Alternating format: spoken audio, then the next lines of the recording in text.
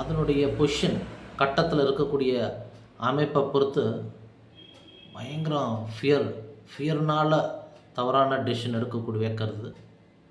அதே மாதிரி ரொம்ப அதீத ஷார்ட் டெம்பர் கொடுக்கக்கூடியது. அதே மாதிரி கோபத்தினால நிறையா விஷயங்களை அச்சீவ் பண்ணுற மாதிரியான பர்சன், போராளிகள். அதே மாதிரி முட்டாள்தனமான கோபம். இதெல்லாம் நம்ம கட்டத்தில் இருக்கக்கூடிய பொசிஷனை பொறுத்து மாறும். இதுதான் செவ்வாய் கொடுக்கக்கூடிய பலன்.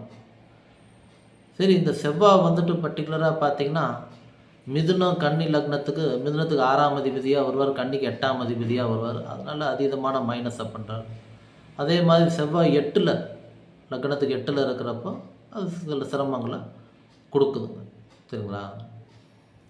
சரி, செவ்வாய் 1ஆம் இடம் லக்னத்தில் செவ்வாய் இருக்கிறப்ப என்ன பண்ணுவார்? நம்ம ரொம்ப ஃபோர்ஸ்ஃபுல்லாக இருப்போம். நம்மளே எந்த ஒரு விஷயம்னாலும் ஃபோர்ஸாக செய்வோம். நார்மலாக செய்கிற விஷயத்தையும் ரொம்ப ஃபோர்ஸாக செய்வோம்.